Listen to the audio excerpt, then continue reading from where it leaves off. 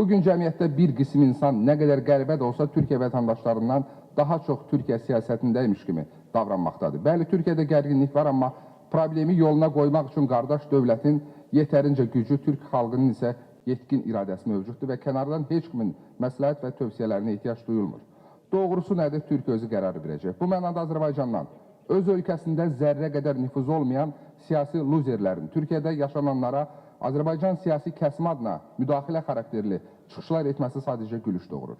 Bilirsiniz ki, eyni kəsim bir zamanlar profillərini Ukrayna bayraqları ilə bəzəyir, çıxışlarını Slava Ukrayna sözləri ilə başlayıb bitirdilər. Amma Trumpın hakimiyyətə gəlməsi və Amerika Birləşmiş Ştatlarının bu məsələdə mövqeyinin dəyişməsi ilə adı çəkilən dairələrin Ukrayna sevgisi də başa çatdı.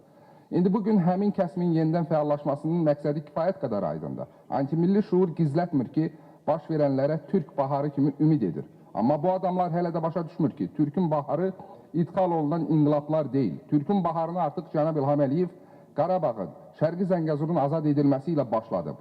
Türk baharı ilə Türk dünyasını birləşdirəcək Zəngəzur dəhlizidir. Türkün baharı Qərbi Azərbaycana qayıdışdır. Qərbi Azərbaycandan söz düşmüşəm. Heç görmüsünüzmü? Qonşu ölkələrdəki hadisələri Soros tezislərinə uyğun əcnəbi media orqanlarında həvəslə təhlil edən antimilli ünsürlər bir kəlmə də olsun Qərbi Azərbaycan mövzusunu dilə gətirsin.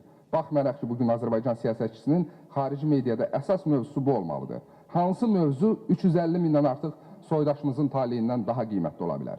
Yaxşı, bu adamların mövqeyinin beynəlxalq cəmiyyədə Qarabağ bölgəsində mövcud olmuş separatçı rejimin rəhbərlərinin müdafiəsinə qalxanlarının mövqeyindən fərqi nə olur?